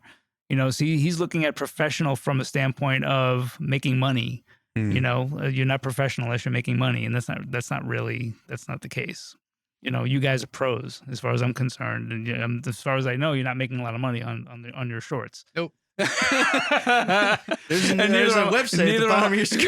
Like I said, I'm not making a dime. You guys are, you know, I've seen your work. You're as professional as it gets, and you're not making any money. So that guy, he doesn't know what he's talking about. But and even myself, it's like, you know, I've made a number of shorts, and it doesn't make me more or less professional in what I'm doing. It's I'm choosing this medium for a reason. You know, okay, I can raise a certain amount of money to make a short, and this is why I do theater also when I'm producing my own plays. It's like I could raise a certain amount of money for this. You know, it's about what you can raise to you know, create your art. Yeah. So, you know, if someone gives me $100,000, I'll make a feature. I have a feature written right now I could do, you know, Right. and I could probably do it for $100,000. You know, it'd be better if it was $500,000, but I could do it for 100. You know, you know what I mean. But the thing is, it doesn't make you more or less. It doesn't make you making the money aspect doesn't make you professional. It's what you're doing that makes you professional. It's what you're putting into it. It's your skill that makes you professional. Yeah. Well, How you that's do where- it. That's where This he's was, missing. That's where he's missing the point. This was our Clips React segment. This is our that was my public service announcement for good. short discussion films. topic. We're good. Unpaid great. filmmakers react. What's it? Unpaid filmmakers react. That's good. Sometimes paid, but only to do. Give me money, I'll boring make a stuff. feature. Hey, you know. I don't have money. Don't ask me. No, I'm not asking you. I'm just I know, I'm saying just the viewing public. Out Oh there. yeah. You guys got Give me some money, cash you know. to throw around. Yeah. And this is like, you know, this is an issue that's been this is not just us, you know. Oh, yeah. This is something like Cassavetes went through it, Orson Welles went through it. So I always have this idea of doing a class where we compare the careers of Orson Welles and John Cassavetes, two very different filmmakers, but in a very similar situation where they acted in other people's films, movies, so that they can make their own. You know, Right. Cassavetes is he's famous for he's in Rosemary's Baby, and he's doing all these films, he's getting Oscar nominations, but he's making money so that he could put it into his own independent films, which is he became sort of the father of independent cinema. And Orson Welles is kind of the same. You know, he acted in everyone else's films so he could raise money so he could make his own. And he did that, you know, famously throughout his career. He was always running out of money. He made a movie called he made a film of Othello back in like 46 or something like that. And he whenever the money would run out, he'd stop production, and then Right. they'd raise some more money. He'd act in Jane Eyre. He'd make more money, go back into production. Oh, wow. He had one case where he had all the actors ready to go, but he didn't have any money, so he set the scene in a bathhouse because he didn't have money for costumes. He didn't have money to rent the wardrobe. So he's creative. He pivoted. He set the scene in a bathhouse, and you watch the film. It's like, okay, it's in a bathhouse. You would never know. Yeah. That's not- But it's like it's ingenious. Using that ingenuity and that creative. Whatever you can to get it done. So as filmmakers, we do what we can to get the job. I don't know why I went there, but I just thought it's sort of an interesting, bit of information on like what you do, with whatever you have to, Yeah, but it's the achieve your strategy of goal. life too, of doing the stuff that you're not so interested in to make the money to do the stuff that you do want. Yeah. That's what they always say to being a musician. Extremely hard. Right. You freaking wait tables, man. That pays the bills until, hopefully one day the music can pay the bills. Right. You hear that a lot about musicians. Actors and stuff too. too. It's That's everything. Yeah. Everything. We're doing what you love. It's a journey. Mhm. Put that on a poster. Put that on your wall. Sure. Anyway, Well, let me transition to speaking of I think you need your chime live now. or what? huh? You need your chime live now. The ding, ding, ding, ding. Oh, oh no, that's not on the stream deck. One of those buttons is put the music button. What does that do? I forgot what I did. Oh, that's for the end of the show. Ah. I have. Well, that's it, ladies and gentlemen. Ryan's thank playing you. us off. So. Wait, what does the Twitter button do? Oh, that was the only icon that was an X. Oh, So hit it. It's for the game section. That's if you get Oh, one. if you get it wrong. Oh, and the checkbox is you get a good thing. you get a good thing. Oh, that's Oh. great. I love that. Okay, Those are the sound effects I use for when I edit. So I just put them so we could do them live now. I don't know. game. So, like we said before, I knew you would like that button. That's why I did it. Last night I added that. He's happy. Look at him. He's smiling. like we were talking about earlier, Anthony's son Justin is going to film school in New York City. Yes. Anthony was texting me. Oh, is this a surprise? No. Okay. Anthony was texting Oh. me recently about what kind of camera. He wanted to get a camera for Justin Oh, yes. for graduation. And then, so we were, I was throwing links left and right at him of cameras. But Well, you know where the guy is. He loves the black magic. yeah. Yeah, So, who doesn't? yeah. Yeah, they're So good. he works with the cinematographer that he works with. He has a Blackmagic 4K. Sure. Classic Metabones 1835 Sigma lens. Like, Yeah. what Oh, everybody. yeah. Yeah. I'm nostalgic for that Right. setup. So Only like 5 years ago. the topic of discussion would be, this would essentially be Justin's like first piece of gear that would be his to make films with, to do client work, whatever he wants Yeah. to do with it. It would be his first piece of gear. And the topic, what would you recommend as like a first piece of gear? Like, Yeah, well, I was thinking about this last night because Mike told me a little bit about what we were going to talk about today. And there's so many answers.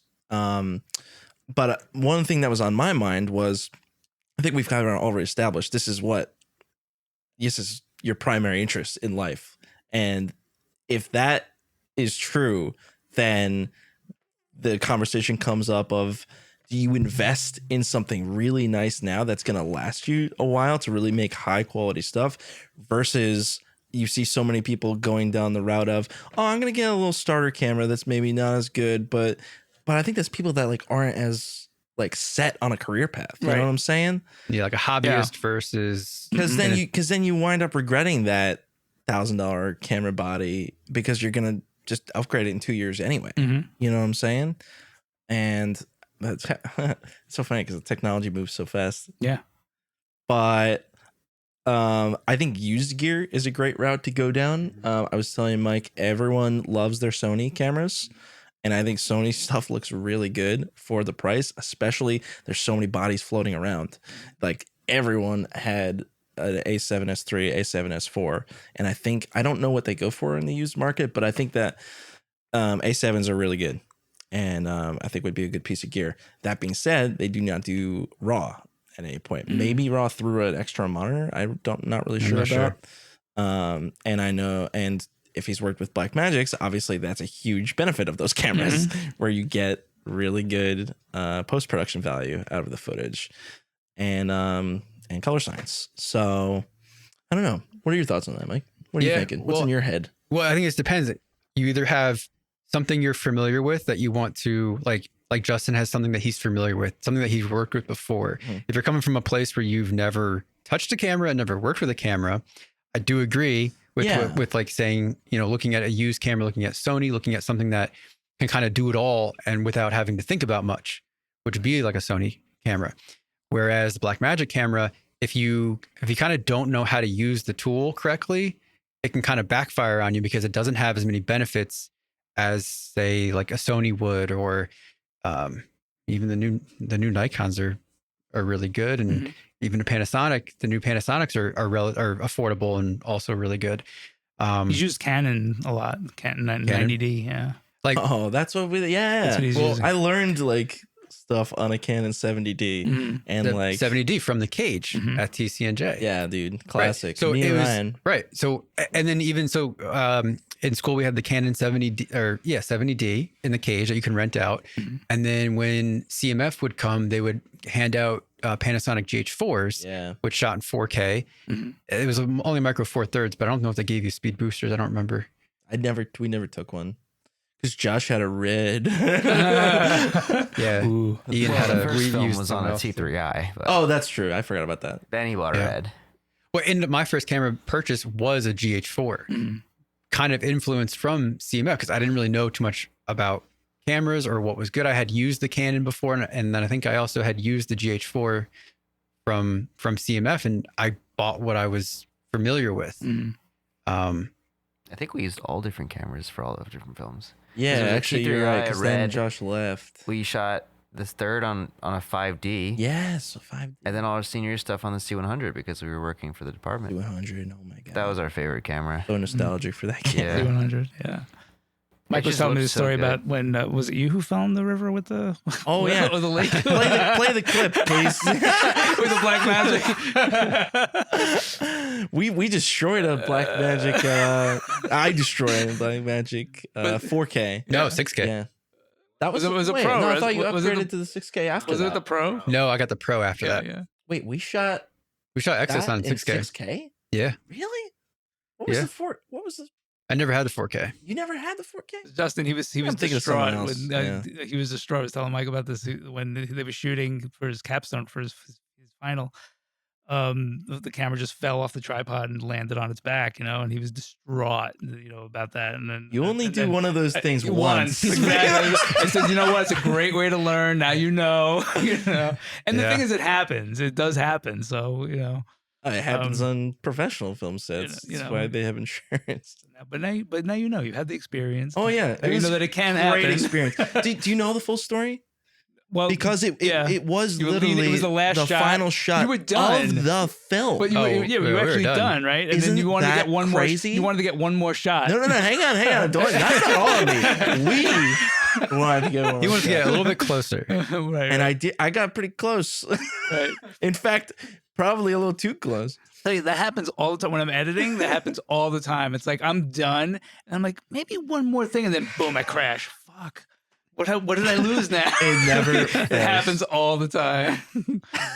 You're done. You don't want to move on because it's like one more thing you want to get or one more thing you want to try. Wait, yeah, but anyway, going back, what was your son's name again? Justin. What and what's his level of experience with shooting? Because I don't think he has a shooter. Yeah. Oh, okay. He can shoot. Yeah, he's really good behind the camera. Okay, Yeah. well there you go. Yeah. I just wasn't because we were talking about knowledge of cameras versus Yeah, what, he has a you're gonna pick. cinematographer that he works You know what I'm with. saying? His friend Vinny Albano has been shooting Yeah. his stuff with him lately because Justin's directing. So, but he has shot. Yeah. He has done. I think he has one of the projects that's going to be shown at Showcase next week at school is a project that he was. Oh no, he directed that. But there is another project that he was a DP on. So he Okay. does shoot. Yeah. Yeah, I think you're so many options. You just have to dive into the research of what makes sense for you. I'm always a proponent of. I like some things that just aren't on other camera systems, and for me, it's got to feel good to me, you know. And a lot of people say to rent gear before you buy it, try it out, go shoot something.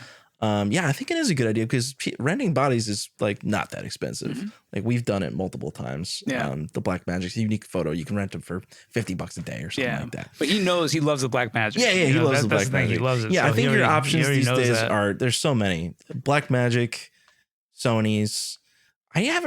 Nothing really from Canon has piqued my eye. Nikon stuff, very up and coming. They obviously just the Red merger happened with them. Yeah, the latest camera, the Z8, it is like internal raw. Yeah, like I would definitely explore hybrid, Nikon as an option these days. If you look at any of the stuff that people are shooting recently, there's like shit looks really good. I mean, Ryan's been shooting on Nikon for years, and we shot that little short on the beach with that thing. We did, yeah. And that was even on, what camera was that on? That was probably the Z6, the first Z6. And like the color science was very impressive. Like I loved that image, and they're coming out with some insane stuff. So keep an eye on Nikon and see what piques your interest there. I was diving into Zcam a while ago. You ever hear of Zcam? We actually just got to talk to some of the guys at Zcam because we went to NAB in Vegas. And I thought their booth would be bigger. It wasn't a very big booth, but the support isn't totally there for. I forget what the guy was saying. With those cameras actually don't shoot RAW. You need an external recorder. You remember, Ryan? Oh, I don't remember that. I don't remember. They had these cool cameras that have the sensor off the camera so that you can mount just the sensor and a lens. And they said they were using them on Top Gun. To be able to put the brain away from the thing just for mounting options. So that was kind of their specialty. But yeah, I would say my 2 cents is just create a list of what you like in a camera. If you want RAW, you should get RAW, you know? Yeah. I've always bought my cameras. I've been through GH4, GH5S, which was the second version of the GH5, Blackmagic 6K, Blackmagic 6K Pro, and now the Panasonic S1H.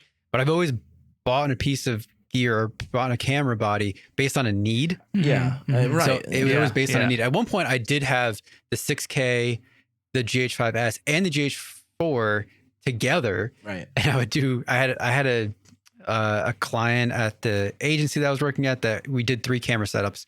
So it worked. It was like this. I had 3 camera bodies to do. They're all different qualities, but it didn't really matter. It's so funny, yeah. But I always bought a piece of gear based on a need. Yeah. And then currently my current need was getting the S1H was because it was a hybrid camera that could also be a cinema camera, and the quality difference was not that noticeable. And it has the capability of shooting RAW as well, which is nice if I need it, but it also can do photos and videos. So it's kind of a workhorse camera for client work. And I used it to shoot the Fix last year as well. So you could use it for cinema, you can use it for client work. And I was able to downsize, sell off stuff, compartmentalize, get a camera mount that was compatible with what Chris had. So we're in the L mount. Yeah, we could share gear. L mount, we could share gear, we could share lenses. So it was based on a need. You guys have a system that's good. Yeah, it works. A little bit. Yeah. But it's always good to consider the camera's downfalls, what the camera lacks, like the 4K or the 6K, like the Blackmagic in general, the battery life isn't great. They can't shoot ProRes because not every client wants to be delivered B-raw. If he's shooting client work, nobody really wants. Which is a problem with B-raw. my cameras. I have to do a whole process for my cameras because they're not totally suitable to a fast turnaround production environment. That wasn't what I got them for, though. Right. I got them to make movies. You have to transcode everything. Right. Yes, exactly. So it really depends on what you're going to be using it for. And just understand if you're going to use it for this other thing, what it lacks. It lacks IBIS, it lacks dual native ISO, or it's not good in low light. You need a gimbal or whatever. It'll make wedding work annoying if you try getting into weddings. So it's just knowing the limitations. Don't get into weddings. Don't get into weddings. That's where I got into. I started doing that also when I was when I first started out.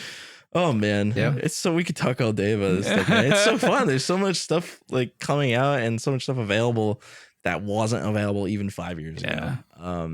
So it's a playground. Yeah. It's fun. Yeah, but getting used is the way to go for a lot of Well, for a lot of there's cases. a great used market. Yeah. Everywhere from like, I mean, even eBay is like totally like they have great policies now, even if something comes like broken, you know. So I think you're pretty safe there.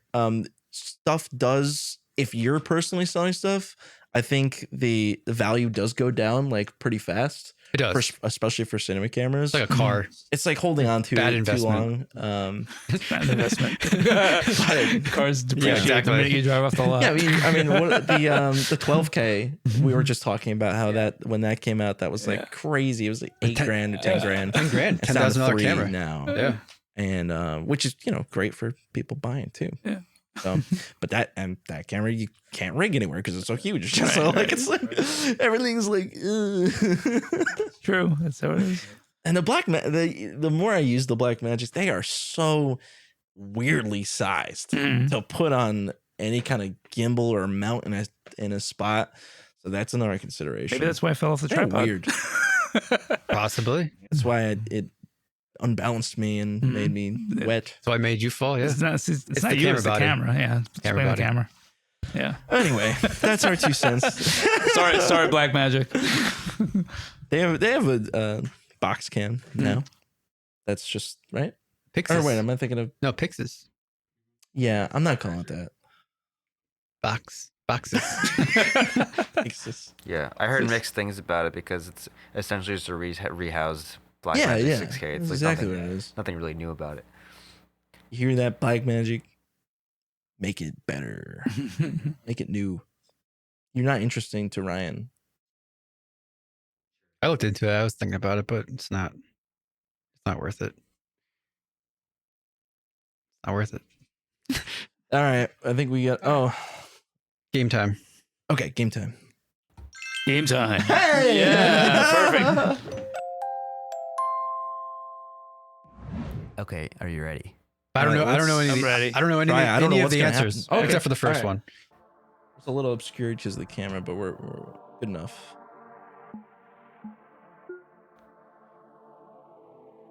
Uh, 2001. Okay, yeah. I won't say because I know. Are we competing? That's We should 2001. compete. Well, yeah, fast, but also get it right. Get it okay. right though, but also Okay, fast. Can Did you you do get it? my answer? that was it. You got it. All right. No fucking idea. This is 1950. oh, that's All About Eve. Does it say the answer? Yeah, at the bottom. Hey! Oh, damn. I don't think this is gonna go well. Not for us. That's American Hot Wax. 1973. No. It's American Hot Wax or American Hot Wax. American Graffiti. Oh, because that's the radio guy. I was gonna say American. It's Oh, Wolfman I Jack. forgot. I was gonna say American Graffiti. Another one. 1959. It's Ben Ben-Hur? Hur. Ben Hur. Yeah. I think he beat me. Damn it. I couldn't think of the Damn name. it. Yeah, there's music to playing. Sorry, Ray, I had you turned off. I'll turn. Carrie. Damn it. Yeah. 1976.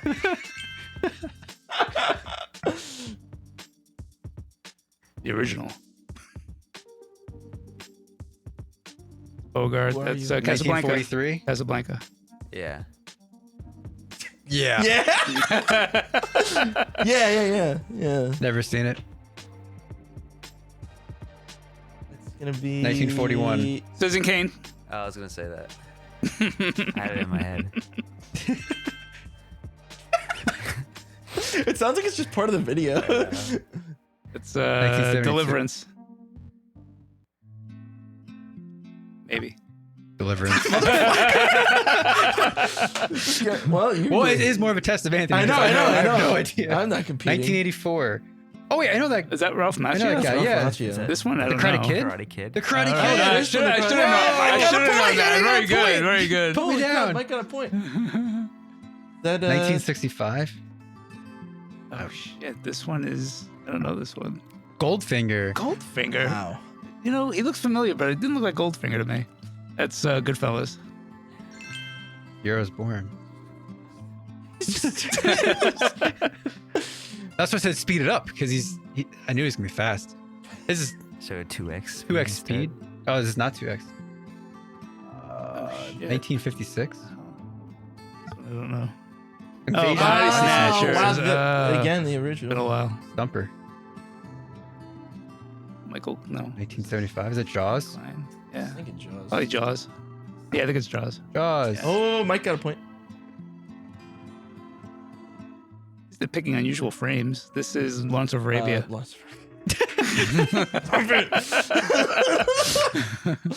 on, man.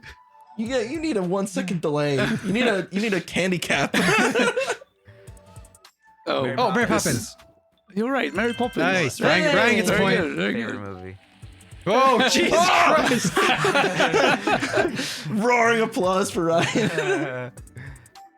Oh, this is Miracle on 34th Street. Yep.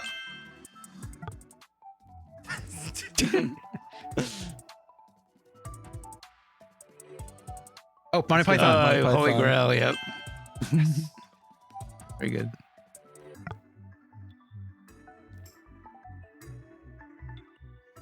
Oh, very invested. This is North by Northwest. Wow. Dude, so good. So good. Oh my god, if this doesn't exemplify 1993.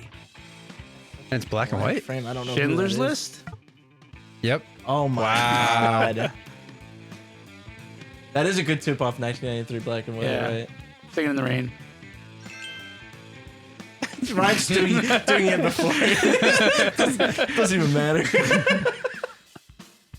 Oh, have fun, man. Something Like It Hot. Wow. All right, do we want to do all 40 or should we get to the next video? Next game. Anthony wins. I'm just, I'm not saying nothing. Star Wars! Oh, yeah. Well, which one? That's the first one. That's the original. Do the audio one. Because I think the first movie in that, it had like a little more modern, had like a mix. I think we'll do, Okay, Ryan, I think we'll do okay. I'll send you an email. That will likely go to spam. Superman. I can't believe I can't believe I said American Hot Wax instead of American Graffiti. American Hot Wax is not a classic. Number one, nobody remembers it. But I could. remember It's it. been so. Yeah, I do. It's been so long since I've seen American Graffiti. I kind of forgot Wolfman Jack was in it.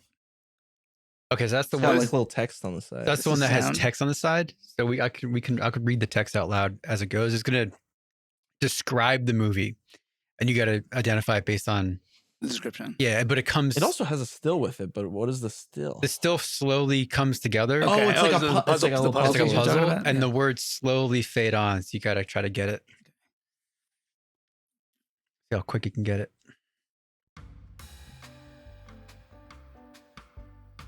This one you don't have to speed up because I don't know how fast it goes. Released in 1940, starring Cary Grant, Katharine It's, Hepburn, Philadelphia James Stewart. Story. We all slick. I have no idea. How long does it take to reveal the answer? 2 minutes.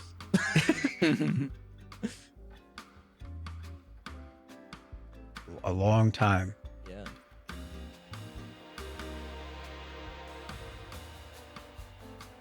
This one may not be as fun. I don't know. Ryan, mute the YouTube and Released in 1954, starring you can play. Our, Seven Samurai. Yep. hey, you can play the I got outro that music right from the Stream Deck. Layer that over this. Now it just feels like we're ending. Though. Yeah, I don't like it's it. so weird how that is associated. You don't want with to play the this end of the music? show. You can play I'm that. keeping Music it. sucks. I'm keeping it low, low, low. Play the Magnificent Seven version. Dun, dun, dun, dun, dun, dun, dun, dun, dun. I have game music. I just didn't load it on there yet, so we'll have to do it for next time. I don't know what this movie is. These images mean nothing. Released in 1944, starring Judy Garland, Margaret Judy Garland be Wizard O'Brien, of Leon. Oz? That's Meet Me in St. Louis.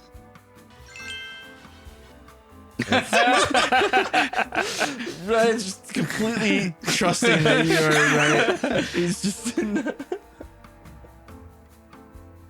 Clang, clang, clang with the trolley. Songs from that. I think I've heard of that song. I don't know it's from that. You've heard it.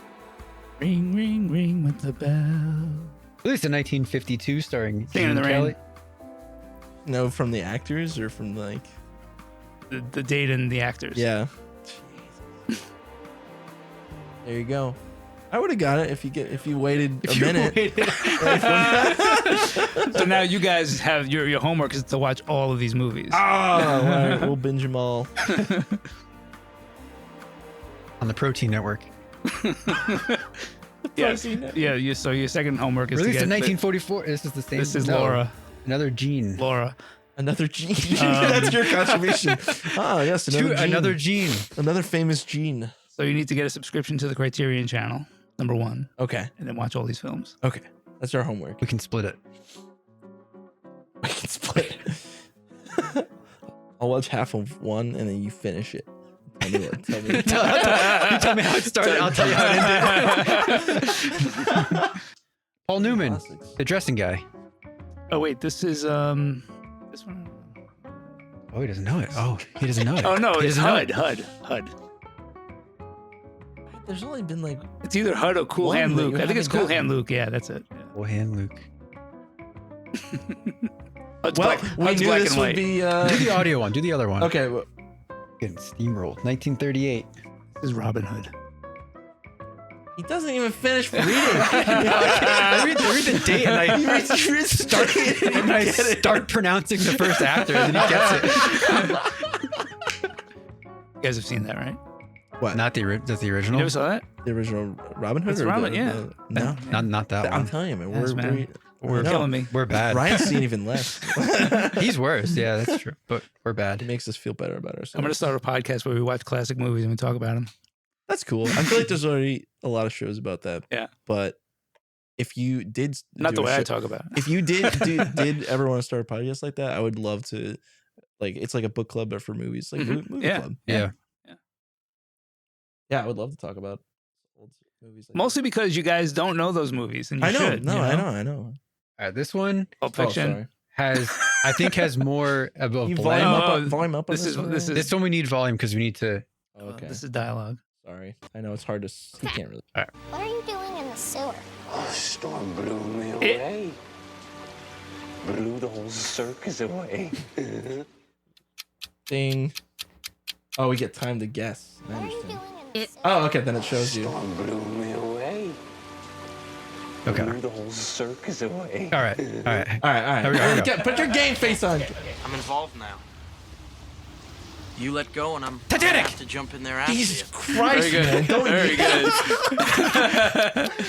Very good. I never let you go. Titanic? Involved now. You let go, and I'm gonna have to jump in there after Oh, I you. feel like I'm at a film museum. I feel like I'm This at a is film Grease. museum. It's the girl with the pig. She's doing the dance with the guy at the TV character. I don't remember that part. Grease. There you go. I don't remember that at all from that movie. It's dandy for your teeth. 5 hours ago, Red Queen went homicidal. Sealed the hive and killed everyone down here. That Morgan Freeman. That'd be an When we Avengers. realized what was happening, Avengers my or team was something. dispatched to shut her down. No. Team's dispatch to shut her down. Wow. I don't know what that is. The 5 hours Avengers. ago, Red Queen went homicidal. No. Oh, I thought it was him. Resident Evil. Resident Evil. Wow. Lawrence Think Fishburne. they When we throw, realized what was yeah. happening, So my this is team kind was of all over dispatched the to map. shut her Yeah. down. That's good though. Yeah, no, it's good. I've mastered the ability of standing so Oh, that's Guardians of the Guardians Galaxy. The first that I one. become invisible. Which to one? you. Or no. One. The first one. Drax. I've mastered the ability. Avengers Oh. Infinity Oh, Avengers War? Infinity War. Oh, wow. Oh, Damn it. We got it We all wrong. fucked up. We knew the Wow. character, but not the movie. I felt like it was one of the weirder ones. Daddy, I want a squirrel. Get Well, me yeah. Oh, one. that's Willy Wonka and the want Chocolate one. Factory. Ruka, dear, you have many marvelous pets. Pretty marvelous. Or it could be Charlie and the Chocolate Factory.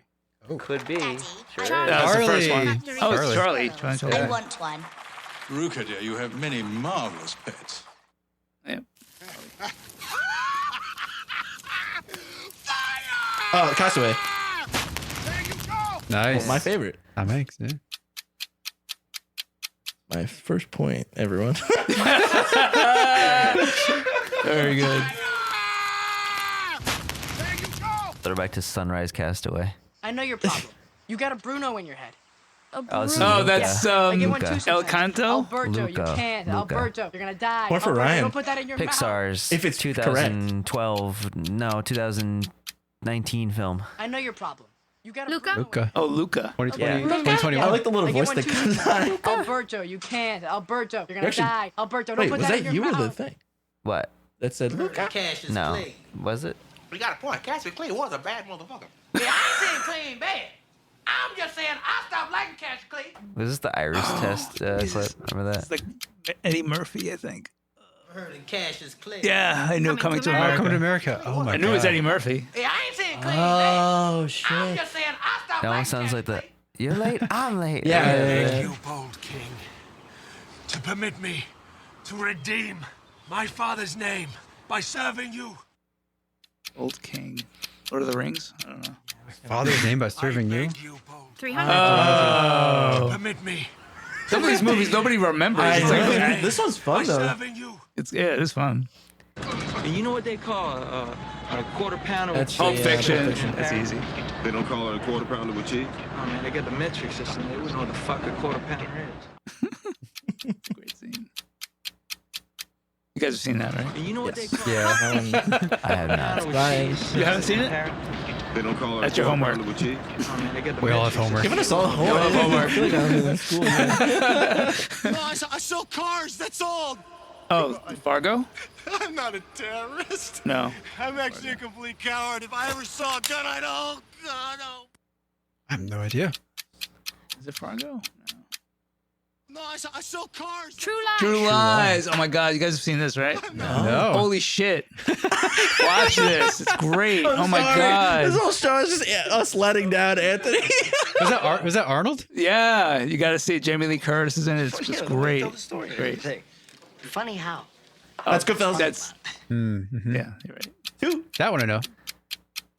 2 points for Chris. Funny how. Yeah, we're working my way. I think Mike has maybe Goodfellas. 5. I haven't Pretty good. seen that movie. I think Anthony has 50. Maybe 38. Funny how. 38. I don't care what happens. I don't care if we kill someone. What?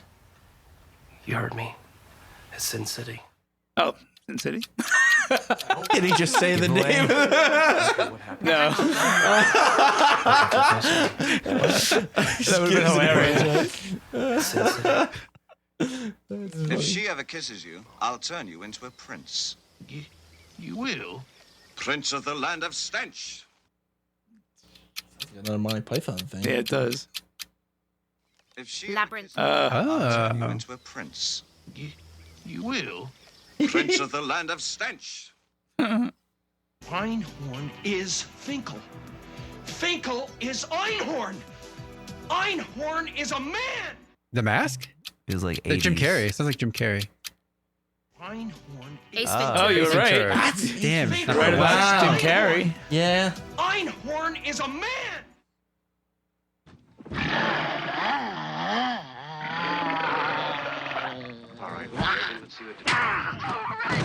Keep away. That's a good one. It's not Jurassic Park.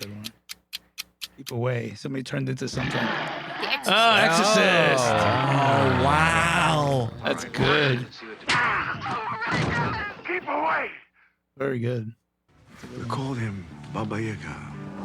John Wick. John Wick. That sounded so good. You sound like a guy from the video. Oh, that was your voice? funny. I thought That was Ryan. Oh my god. That was Sounded so like- good. It could have been it could have been a trailer.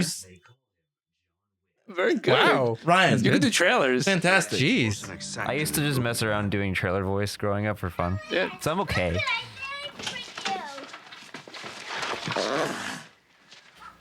Harry and the Hendersons.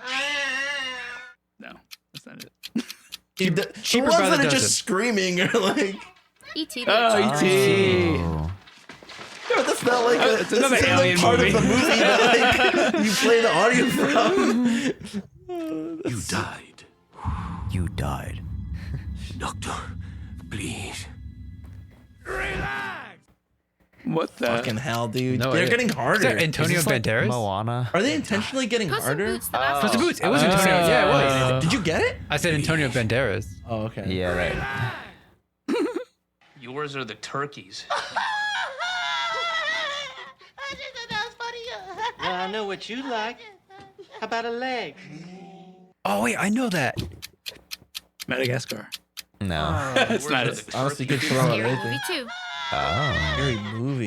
Jeez. Scary movie But too. they're really all over the map. How about a leg? My strong hand.